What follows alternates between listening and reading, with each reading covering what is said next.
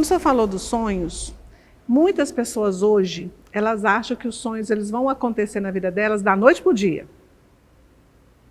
Não é? Muita gente acha, não, eu sonho, sei lá, eu sonho em ser um grande médico, eu sonho em ser um grande advogado, eu sonho em ser... né? Todo mundo tem um sonho. Mas o que eu percebo hoje é que muitas pessoas acham que os sonhos vão acontecer da noite para o dia, que ela não precisa fazer nada para alcançar aquele sonho. Ou muitas pessoas também pensam assim, nossa, o meu sonho é, por exemplo, um dia ir a Israel. Mas ela acha que isso vai cair do céu na cabeça dela, né? Sim. Ela acha que isso vai cair do céu na cabeça dela. Se Deus quiser, alguém vai me fazer isso para mim e isso vai acontecer. E pela sua história, pela minha história também, a gente sabe que quando Deus dá um sonho, esse sonho é para ser vivido. Mas existe uma contrapartida, existe uma história, existe um processo. Sim. Desse processo, desse dia do teu sonho, né, de olhar para o avião, falar, um dia eu vou estar naquele avião, um dia eu vou viajar o mundo. Até o seu primeiro dia dentro do avião, quantos anos você passaram? Ah, minha amiga, o meu primeiro voo foi... Eu já estava casado. Quando eu entrei no avião pela primeira vez, já foi casado. Minha esposa e eu fomos participar de um congresso que aconteceu em Brasília, Geração 90, né? E aí nós ganhamos essa passagem para participarmos do Geração 90. E foi o nosso primeiro voo. Foi o primeiro voo. Pois é, a gente já estava aí bem maduro, né? A gente já estava bem maduro. Não tão maduro, Não, mas eu acho que essa viagem chegou no tempo certo. Porque ela despertou em nós um sentimento de que era possível. Se a gente voou até Brasília, de Recife a Brasília, então, claro, a gente poderia ir mais longe. Que legal. Então, existia um processo dos seus 9, 10 anos de idade até esse momento.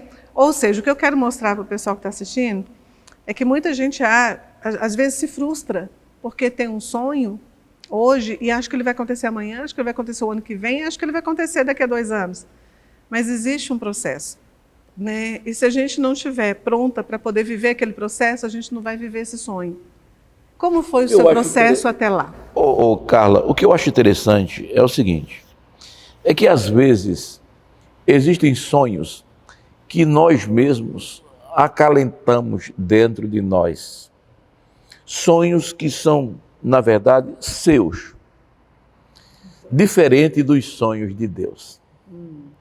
Às vezes você tem a impressão de que esse sonho que você está nutrindo dentro de você é algo como resultado da sua ambição, do seu desejo de conseguir, de conquistar. Outros sonhos que são nutridos dentro de nós, eles são colocados pelo próprio Deus. Existem aqueles sonhos que são próprios do ser humano, mas há outros que Deus nos leva a sonhar. Então, eu chamo isso de propósitos. E esses propósitos de Deus, quando contempla alguém, eles vão se cumprir. É uma questão de esperar o tempo de Deus. Quando você não tem essa compreensão, como de fato eu não tinha, eu não sabia o que era evangelho, eu não sabia o que era Bíblia, eu não sabia o que era absolutamente nada, não é? Até esses 10, 12 anos de idade, eu não sabia o que era isso. Quando eu chego em Santa Rita... Isso, vamos lá para Santa Rita então. O que acontece em Santa Rita que mudou tudo? Santa Rita foi bom demais para mim, porque aí eu comecei a conviver com pessoas que já estavam há mais tempo na escola, não é? De gente que teve uma formação diferente da minha, e que eu podia aprender com estas pessoas que estavam agora já na cidade grande. Era uma cidade pequena, mas interligada com a capital. Mas para quem vem, né? Para quem vem de uma colônia de pescadores, então você está no centro do mundo. No paraíso, entendeu? Então isso foi muito bom. Foi ali quando eu conheci o Evangelho. Foi ali onde eu conheci a minha namorada, que hoje é minha esposa, um casamento já de 44 anos, não é? Foi ali onde eu aprendi onde eu pude ter a certeza de que aquele desejo que aflorou no meu coração aquela certeza que se fincou dentro de mim, de que um dia eu estaria indo para algum lugar do mundo dentro de um avião, aquilo ali veio exatamente a me fortalecer no ato da minha conversão.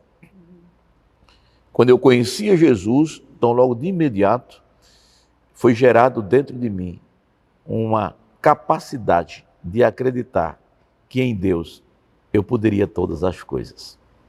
E é interessante que 24 horas depois de ter nascido de novo, depois do meu encontro com Jesus, lá estava o Senhor me intimando em uma reunião de oração, a voltar à minha terra e poder implantar ali uma igreja e fazer aquelas pessoas conhecer o Evangelho de Cristo. O Evangelho que transforma, que muda circunstâncias, que muda situações. A essas alturas, um ano depois, eu era o presidente da juventude da minha congregação. O senhor estava mais ou menos com qual idade? Eu tinha aí 18 anos de idade. Então foi muito, quando eu tive o meu encontro com Jesus. Exatamente. Muito jovenzinho. E aos 19 anos de idade, eu já era o presidente da juventude daquela congregação e já estava indo para a minha cidade de Lucena para implantar um trabalho, evangélico, uma vez que não tinha uma só referência de evangelho, de igreja na minha cidade. Então o que acontece? O meu tio, que era vereador na cidade, mas também assim, vivendo uma vida muito difícil, inclusive que bebia e etc. O local não oferecia prosperidade, até que o evangelho chegou e a prosperidade fluiu. Naquela noite da semana seguinte, de setembro de 16, eu era o pregador. E naquela noite eu assisti 10 pessoas se entregando para Jesus, sem nenhum conhecimento real do que estavam fazendo.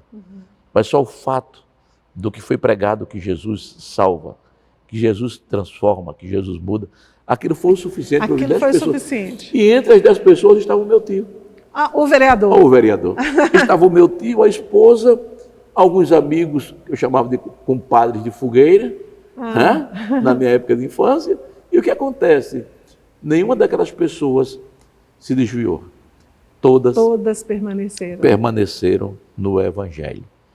E começamos a fazer um trabalho de discipulado, o meu pastor muito ativo, o pastor Arnóbio. Em resumo, sabe o que aconteceu? A casa que nós morávamos em Lucena, o terreno era foreiro. O que quer dizer terreno? Foreiro significa que você não é dono.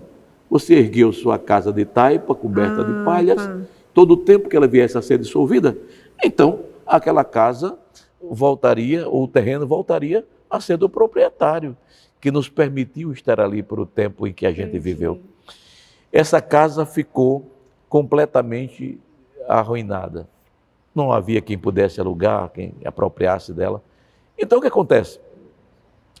O que acontece é que mais tarde o grupo começou a crescer e a peregrinar de casa em casa, até que o meu pastor, o pastor, posso dizer, presidente da igreja do campo, o reverendo Jonas Catão, resolveu comprar um terreno e construir. Por quê? Porque o pastor Arnóbio, que estava comigo na congregação, nós todos éramos subordinados à igreja central, de João Pessoa, de Cruz das Armas, mais precisamente. Então, imagina o terreno que ele comprou. O terreno da casa. Da casa. Que a gente morou. Olha. Então, estava em ruínas, o proprietário vendeu a casa. E aí o que acontece? O templo é construído ali. Ali tem, na verdade, um poço. Então, peraí. Na casa onde o senhor morou, na sua infância, mas isso é propósito de Deus, hein? A casa onde o senhor morou, na sua infância, onde Deus te dá sonhos, aquela coisa toda, ela se torna, depois que o senhor volta para aquela região, se torna o templo... Se torna o templo congregacional. Somos pioneiros na cidade de Lucena. E o interessante é que no terreno havia um poço cavado por meu pai, feito de cimento, e eu, quando criança, tomei muito banho ali. Eu tirava, então, com o baldezinho e tomava banho ali.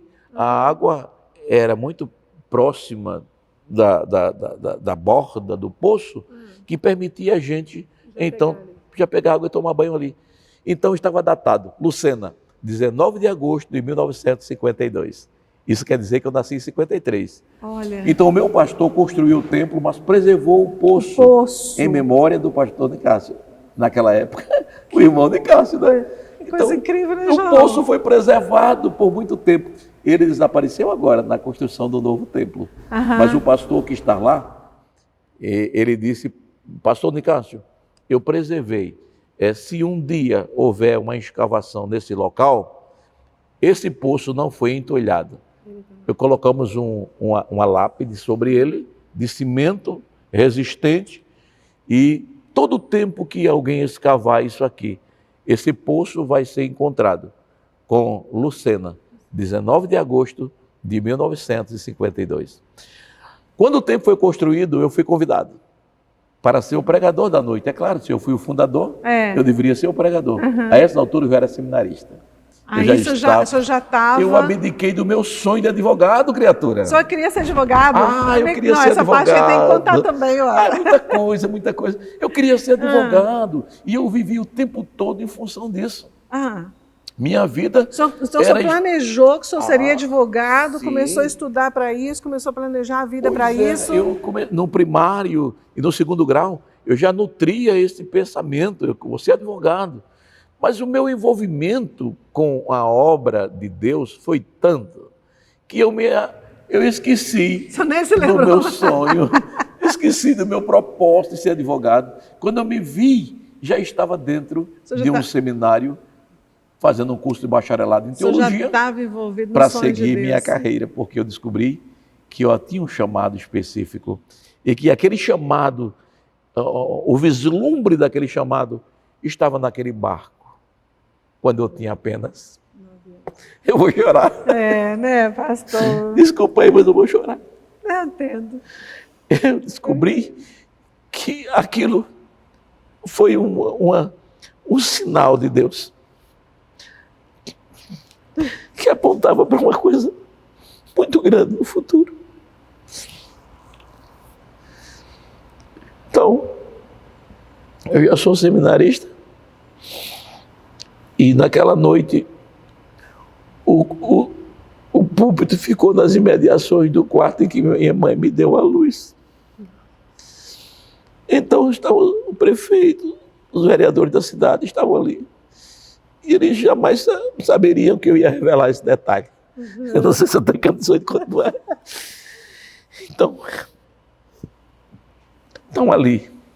O púlpito estava exatamente nas imediações do quarto onde sua mãe te deu a luz. Exatamente. E eu fiz essa revelação, aí chorou todo mundo.